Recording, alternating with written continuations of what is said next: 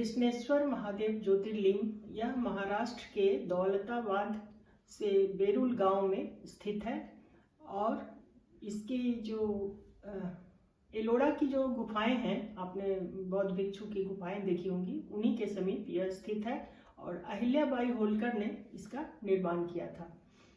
कहते हैं कि इनकी जो कथा पुराणों में वर्णित है वो कुछ इस प्रकार है कि दक्षिण देश में एक देवगिरी पर्वत के पास एक बहुत ही तपोनिष्ठ ब्राह्मण रहता था, जिसकी पत्नी का नाम सुदेहा था और उस ब्राह्मण का नाम सुधर्मा था। वो काफ़ी धर्म के रास्ते पर था और दोनों में पति पत्नी में काफ़ी प्रेम था, लेकिन उसके कोई संतान नहीं थी।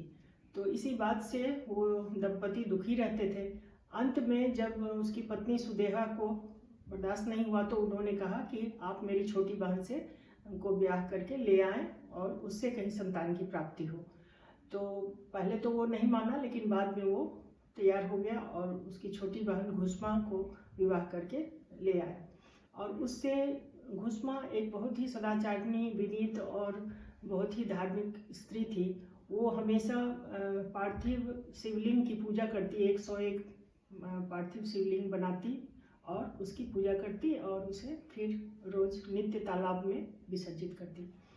तो इसी क्रम में बहुत अच्छे से दिन कट रहे थे और एक पुत्र ने जन्म भी लिया।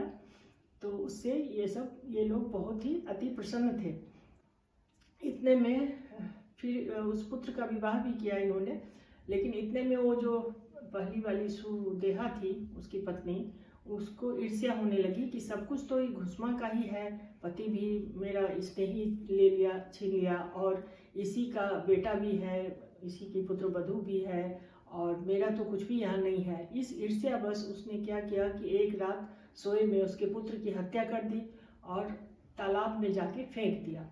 फिर सुबह वो बहुत ही दुखी हुआ और रोने धोने लगा सुधर्मा, और उसके पुत्र वधू भी बहुत रोने उने लगी। लेकिन घुस्मा नित्य की तरह वो फिर से शिवलिंग, पार्थिव शिवलिंग की पूजा की और फिर जाके तालाब में विसर्जित करने गई। इतने में देखी कि तालाब में से उसका पुत्र जो है वो ऐसे निकल के आ रहा था जैसे कि कुछ हुआ ही ना हो। तो घुस्मा बहुत खुश हुई। उसके बाद देखा कि भोले शंकर गुस्से में त्रिशूल लेके आ रहे हैं। तो उन्होंने कहा कि ये आपका क्रोध क्यों? तो उन्होंने कहा कि मैं जो तुम्हारी बहन है बड़ी, वो सुदेहा, उसको मैं उसका वध करने जा रहा हूँ। तो उन्होंने कहा कि घुस्मा ने कि नहीं, आप उसे क्षमा कर दें। उन्होंने अज्ञानता बस उसने ऐसा किया, आप उसे क्षमा कर दें और पुत्र तो आपकी दया से मुझे मिल ही गया है। आप इसी स्थान पर लोक कल्याण के लिए यहीं पर ज्योतिर्लिंग के रूप में आप विराजित रहें।